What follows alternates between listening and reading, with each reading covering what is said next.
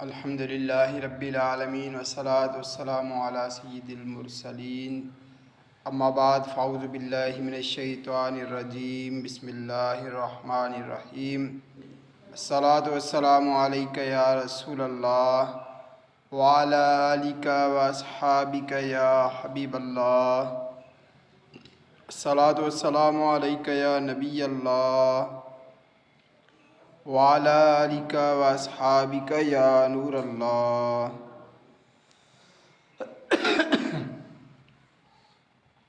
حضرت ابو طلحہ انصاری رضی اللہ تعالیٰ عنہ فرمائن تھا، ایک بیرے صبح جے وقت اللہ پاک جے آخری نبی رسول ہاشمی صلی اللہ تعالیٰ علیہ وآلہ وسلم جے چہرے مبارک تے خوشی جا آثار ہویا۔ صحابہ کرام علیہ رضوان عرض کیو یا رسول اللہ صلی اللہ تعالیٰ علیہ وآلہ وسلم مجھا ماں پی امات قربان اج چہرے مبارک تے خوشی جا آثار معلوم تھی رہا ہیں۔ پیارے آقا صلی اللہ تعالیٰ علیہ وآلہ وسلم جن ارشاد فرمایو بے شک ہانے جبریل امین علیہ السلام وٹ آیا آئیں انہوں نے عرض کیو اے محمد صلی اللہ علیہ وآلہ وسلم جہیں امات ہک بیرو درد پاک پڑھیو اللہ پاک ان جے نامہ اعمال میں 10 نیکیوں لکھندو ऐं 10 गुनाह मिटाईंदो ऐं 10 درجات वधाईंदो। उन पर दुरूद जिनको कसे बेकसां कहें, उन पर सलाम जिनको खबर बेखबर की है। सल्लू अलल हबीब सल्लल्लाहु ताला अला मुहम्मद सल्लल्लाहु ताला अलैहि वालिहि वसल्लम। प्यारा इस्लामी भाइरो, अल्हम्दुलिल्लाह असां मुसलमान आहियूं, एक मुस्लिम समाज जो हिस्सो आहियूं। पंहिंजे हिन मुआशिरे जे हुसन, निखार, वक़ार, सुकून ऐं इत्मीनान ऐं अमन ऐं अमान खे बरक़रार रखणु पाण असांजी ज़िम्मेदारी आहे। इहो बि इस्लाम जो हुसन आहे जो इस्लाम हर हिक जा जुदा जुदा हक़ मुक़ररु कया आहिनि। जेकॾहिं असां उन्हनि हक़नि खे पूरी तरह अदा कंदा रहूं त असांजो मुआशिरो कॾहिं बि बदअमनी जो शिकार न थींदो।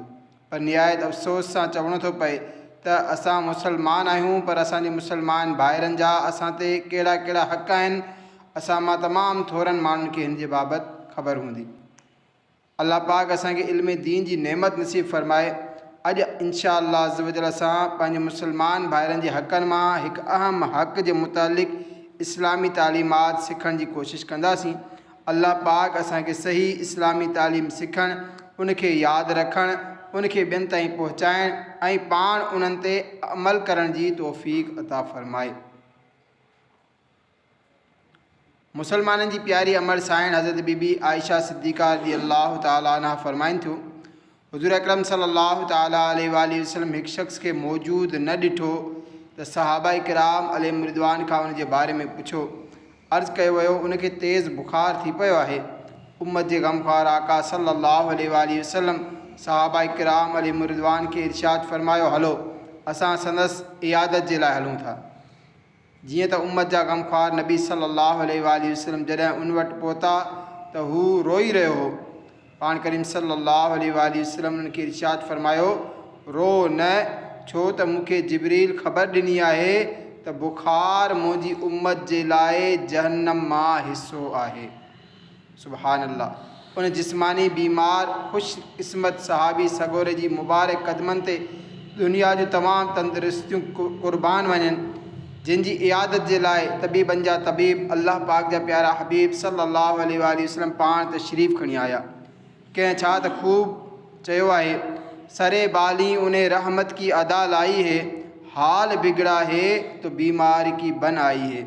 ए आशिकाने सहाबा व अहले बैत, पंहिंजी उम्मत सां प्यार करण वारे प्यारे प्यारे आका सल्लल्लाहु अलैहि वसल्लम जे बयान कयल वाक़े में पंहिंजे सहाबी जी गैर मौजूदगी वक़्तु ख़ैरियत पुछण ऐं इयादत करण जो अंदाज़ मुबारक 100 करोड़ मरहबा। काश असां बि पंहिंजे मुसलमान भाइरनि जी ख़बरगिरी करण, ख़ैरियत पुछण जी आदत बणायूं।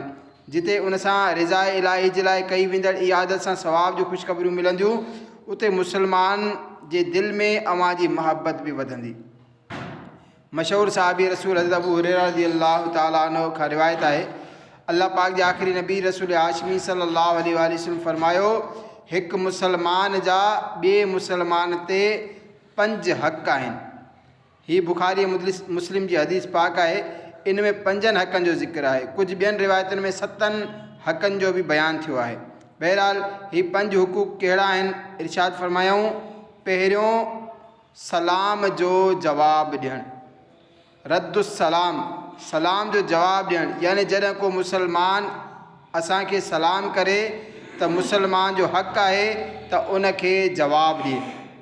हिते प्यारे प्यारे आका सल्लल्लाहु अलैहि वसल्लम का क़ैद ज़िक्र न फरमाई त पुटु सलाम करे त उनजो जवाबु ॾियणो आहे, वालिद सलाम करे त उनजो जवाबु ॾियणो आहे, भाउ सलाम करे, पाड़ेसरी सलाम करे, अज़ीज़ सलाम करे, दोस्त सलाम करे या दुश्मन सलाम करे।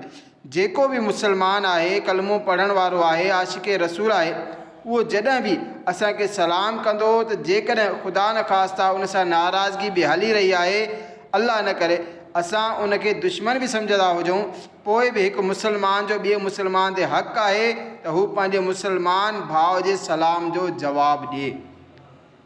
साम्हूं वारो जॾहिं सलाम कंदो ऐं हीउ जवाबु ॾींदो त जेकॾहिं पाण में नाराज़गी बि हूंदी त इंशा अल्लाहुल करीम हिन सलाम ऐं जवाब जी बरकत सां दोस्ती में बदिलजी वेंदी। सलाम जो जवाबु कीअं ॾियूं? बहरहाल पंहिंजे मुसलमान भाउ जे सलाम जो जवाबु ॾियणु छा आहे? इस्लामी हक़ आहे। ऐं हीउ जवाबु ॾियणु कीअं आहे? अल्लाह पाक इरशाद फरमाए थो, जॾहिं तव्हांखे कंहिं लफ़्ज़ सां सलाम कयो वञे त तव्हां उनखां बहितर लफ़्ज़ सां जवाबु ॾियो, या उहे लफ़्ज़ चई छॾियो, बेशक अल्लाह हर शइ ते हिसाब वठण वारो आहे।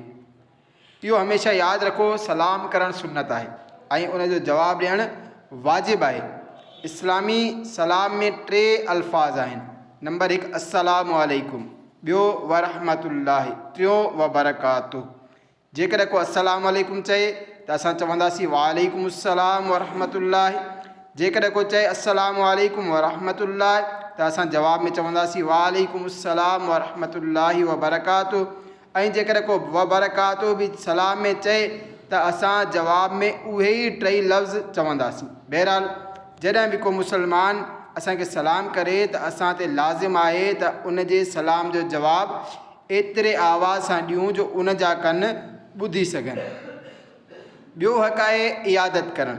अल्लाह पाक जे आख़िरी नबी सल्लल्लाहु अलैहि वसल्लम मुसलमान भाउ जो ॿियो हक़ बयानु कंदे फरमायो, मरीज़ जी इयादत करणु। यानी असांजो मुसलमान भाउ चाहे उहो पंहिंजो हुजे या परायो हुजे, वेझो हुजे या परे वारो, दोस्त हुजे या दुश्मन, अज़ीज़ रिश्तेदार हुजे या शहर जे ॿिए किनारे ते रहण वारो अजनबी हुजे, जेको मुसलमान आहे, आशिक़े रसूल आहे, जेकॾहिं उहो बीमार थी वञे त मुसलमान जो हक़ आहे त पुछण जे लाइ वञे, उन जी इयादत करे। नंबर 3 जनाज़े में शरीक थियणु। टियों हक़ बयानु फरमायो वियो, जनाज़े सां गॾु वञणु।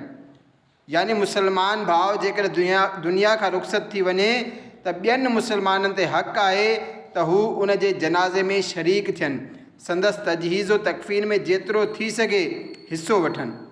चौथों हक़ आहे दावत क़बूल करणु। यानी असांजो मुसलमान भाउ जेकर असांजी दावत करे त उन जी दावत क़बूल कई वञे। उहो न ॾिठो वञे त हीउ अमीर आहे या ग़रीब, असांखे दावत ते घुराए असांजी हैसियत जे मुताबिक़ असांजी मेज़बानी बि करे सघंदो या न। बसि जेको बि असांजी दावत करे असां अमीर ग़रीब जो फ़र्क़ु ख़तमु करे उन जी दावत खे क़बूल कयूं। इहो बि मुसलमान भाउ जे बुनियादी हक़नि मां हिकु हक़ आहे। पंजों हक़ आहे निछ जो जवाबु ॾियणु। यानी जॾहिं असांजे कंहिं मुसलमान भाउ खे निछ अचे त हू उन ते अल्हम्दुलिल्लाह चए त ॿुधण वारे ते वाजिबु आहे त निछ जो जवाबु ॾींदे चए यरहमुकल्लाह, यानी अल्लाह पाक तव्हां ते रहम फरमाए। प्यारा इस्लाम वारो, हिकु मुसलमान जा ॿिए मुसलमान ते 5 हक़ आहिनि। सलाम जो जवाबु ॾियणु, मरीज़ जी इयादत करणु, जनाज़े में शरीक थियणु, दावत क़बूल करणु, निछ जो जवाबु ॾियणु। असांखे घुरिजे त असां पंहिंजे मुसलमान भाउ जा ही 5 ई हुकूक पूरी ईमानदारी सां ज़हन में रखी करे पूरा कयूं।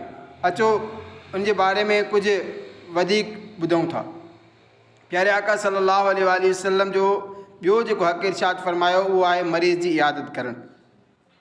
उहो निहायत ई फज़ीलत जो कमु आहे। असांजो को मुसलमान भाउ जेकर बीमार थी वञे, उनखे धकु लॻे, को हादसो पेश अचे या हूअं ई को मेडिकल प्रॉब्लम थी वञे त असांखे घुरिजे त असां पंहिंजे मुसलमान भाउ जी इयादत कयूं। उन वटि वञूं, उन सां मिलूं, उनखां हाल अहिवाल पुछूं, उनखे तसली ॾियूं। जेकर उनखे कंहिं शइ जी ज़रूरत हुजे ऐं असां मदद करण जी ताक़त रखंदा हुजूं त उनजी मदद बि कयूं। बहरहाल उहो वीचारो ग़म जी कैफ़ियत में आहे त ॿियनि मुस्लमाननि खे घुरिजे त उनजे ग़म जो हिसो बणिजनि। उनजे बरकत सां पाण में प्यार महबत वधंदो, हिक ॿिए जे इत्तेफ़ाक़ ऐं इतिहाद में इज़ाफ़ो थींदो ऐं पोइ नतीजो इहो निकिरंदो त असांजो समाज अमन ऐं सुकून, प्यार ऐं महबत जो गहवारो बणिजी वेंदो। प्यारे इस्लाम वारो, मरीज़ जी इयादत करणु असांजे प्यारे आका सल्लल्लाहु अलैहि वसल्लम जी तमामु प्यारी सुन्नत आहे। असांजे प्यारे आका सल्लल्लाहु अलैहि वसल्लम जी ही तमामु प्यारी आदत मुबारक हुई त पाण सगुरनि खे इत्तला मिलंदो हो त फलाणो बीमार आहे त चाहे उनजी रिहाइश मदीने पाक जे आख़िरी किनारे ते ई छो न हुजे, पाण सगुरा सल्लल्लाहु अलैहि वसल्लम उनखां पुछण जे लाइ तशरीफ़ खणी वेंदा हुआ। हज़रत अल्लामा अली कारी रहमतुल्लाह ताला अलैह फरमाइनि था, जेकी सहाबा किराम अलैहिम रिदवान हाज़िर न हूंदा हुआ, हुज़ूर सल्लल्लाहु अलैहि वसल्लम उन्हनि जे बारे में पुछा कंदा हुआ। जेकर को बीमार हूंदो हो त उन्हनि खां पुछण जे लाइ वेंदा हुआ, या को सफ़र ते हूंदो हुयो त उन जे लाइ दुआ फरमाईंदा हुआ।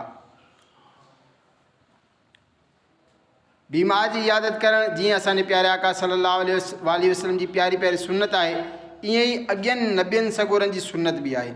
अल्हम्दुलिल्लाह, अल्लाह पाक जे सभई नबी हमदर्द ऐं ग़म ख़्वार ऐं ॾुखायल उम्मत जो ॾुखु वंडण वारा हुआ। रिवायतुनि में अचे थो हिकु भेरे अल्लाह पाक पंहिंजे प्यारे नबी हज़रत मूसा कलीमुल्लाह अला नबीना अलैहिस्सलातु वस्सलाम जी तरफ़ वही फरमाई, ए मूसा, छा तूं चाहीं थो त क़यामत जे ॾींहुं तुंहिंजूं नेकियूं सॼी मख़लूक जे नेकियुनि जे बराबरि थियनि? हज़रत मूसा अलैहिस्सलातु वस्सलाम अर्ज़ु कयो, जी हा ए अल्लाह पाक, बिल्कुलु मां इहो ई चाहियां थो। अल्लाह पाक फरमायो, मूसा, जेकर तूं इहो चाहीं थो त पोइ मरीज़नि जी इयादत कंदो कर ऐं ग़रीबनि जे लाइ कपिड़नि जो एहतमाम कंदो कर। रिवायत जा अल्फाज़ आहिनि त उनखां पोइ हज़रत मूसा अलैहिस्सलातु वस्सलाम इहे ॿई कम पाण ते लाज़िम करे छॾिया। सुभान अल्लाह। प्यारा इस्लाम भाइरो, थोरो अंदाज़ो लॻायो हीउ केतिरो अज़ीम शान कमु आहे। असांजो को मुस्लमान भाउ बीमार थी वञे त असांखे सिर्फ़ु उन वटि वञी इयादत करणी आहे, उनखां हाल अहिवाल पुछणो आहे। सवाबु केतिरो वॾो आहे, अल्लाह अकबर। वो तो निहायत सस्ता सौदा बेच रहे हैं जन्नत का, हम मुफ़लिस क्या मोल चुकाएं, अपना हाथ ही खाली है। हीउ केतिरो आसान तरीक़ो आहे नेकियूं कमाइण जो, पर अफ़सोस असां सुस्ती कंदा आहियूं। अल्लाह पाक असांखे पंहिंजे मुस्लमान भाइरनि जे ॾुख में शरीक थियण जी तौफ़ीक़ अता फ़रमाए। अल्लाह तबारक व तआला